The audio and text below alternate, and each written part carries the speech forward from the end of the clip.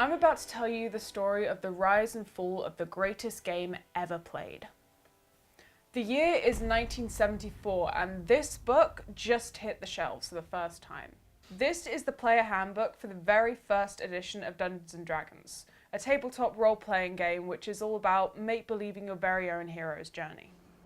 It's easy to play but sort of hard to explain. We'll see more of that later, but what my friend here is doing is creating his character. In D&D, you create who you are from scratch. You come up with their name, their backstory, their species, their skills, their playstyle. Whatever you want, it's up to you. And once you finish making your character, you get together with other players, and one of them becomes the Dungeon Master, the person who's going to come up with the story for you to play through. You roleplay along with what you want to do in the story, and your Dungeon Master decides how successful you are with the roll of a dice. High numbers that you roll are good, and lower numbers are bad. Meaning if you roll an 18 or a 20, congratulations. Whatever you wanted to do, you're probably going to be able to do it. If you roll a 2 or a 1, not so likely. Now, for a long time, Dungeons & Dragons reigned supreme as a fun and imaginative way to create and play stories with your friends. But as the years went on, a satanic panic and confusing new editions and just a general poor public image meant that Dungeons & Dragons sort of started going extinct. And in its wake, a new hobby was on the rise, one that was about to take nerd culture by storm. You're watching the most exciting game you will ever see on your TV set. Telstar by Coleco, with 3 different games.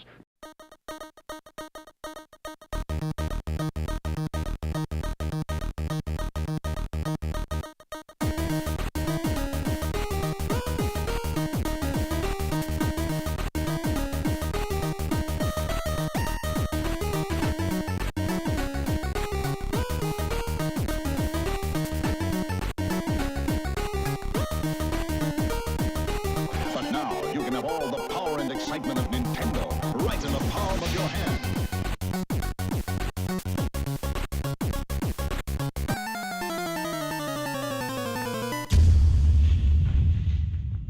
And here's where I come in, 1994.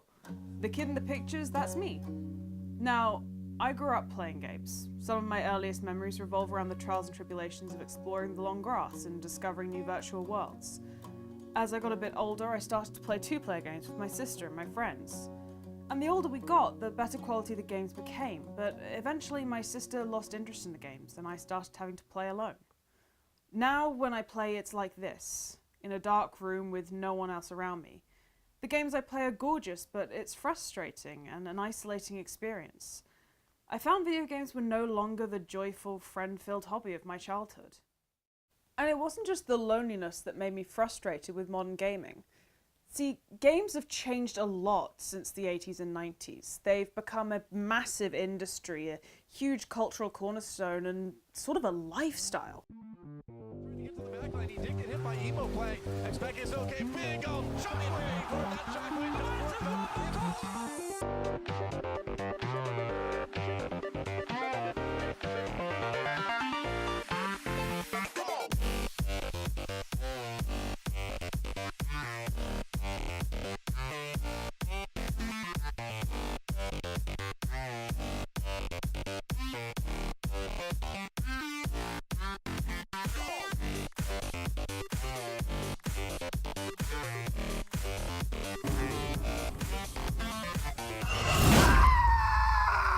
See, games these days just keep getting louder and flashier and more expensive.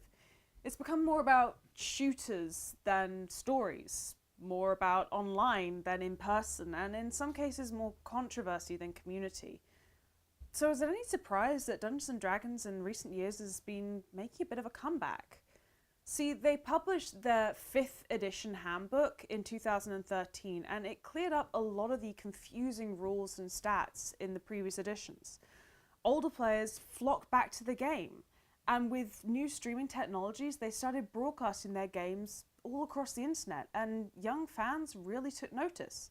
And it prompted a lot of them to take up the gauntlet and start playing themselves, myself included.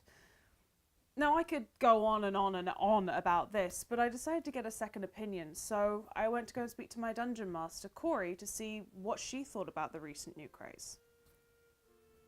I think that it's been a cult favorite for a lot of years. I think as a concept, it's become a classic, and I think that there's a lot of people who really sustained it before it got this new second wave of popularity. And I think right now it's popular because there's so many pop culture things for it. There are new shows about it. You've got things like Critical Role, The Adventure Zone, those kind of shows are coming out now. And I think that's really showcasing for a lot of people what it can do and how fun it can be, because those things just, those things look like a riot. Everyone's laughing all the time. I mean, you can try, but keep in mind that like most of the crew aren't animal people.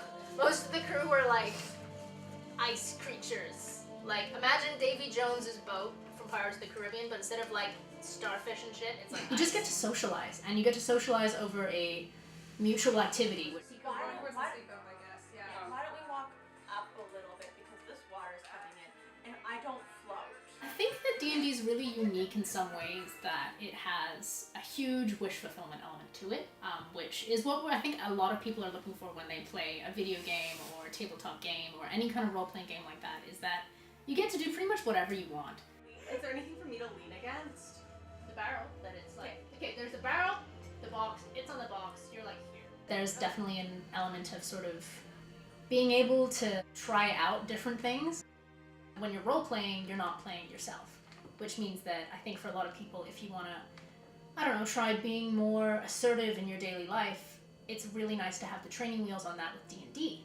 You can make a character that is really confrontational, and you can have that buffer zone between doing it yourself and being personally accountable for something that you might not be comfortable with. And I think that that's really helpful for a lot of people who want to improve something about themselves, which I think obviously self-improvement has a great effect on people's emotional health. The point of the game is to have fun with your players and to make a quest that they feel fulfilled by. For me as a DM, I just love seeing my friends every week. It's like a giant slumber party, basically. We hang out on some pillows on my floor and shoot the shit for 3 hours. It's great. I still play video games. I love the wonder and escapism of visiting a computer-generated world and losing myself in a story. But sometimes nothing beats just sitting around on the floor with your friends and creating something from scratch.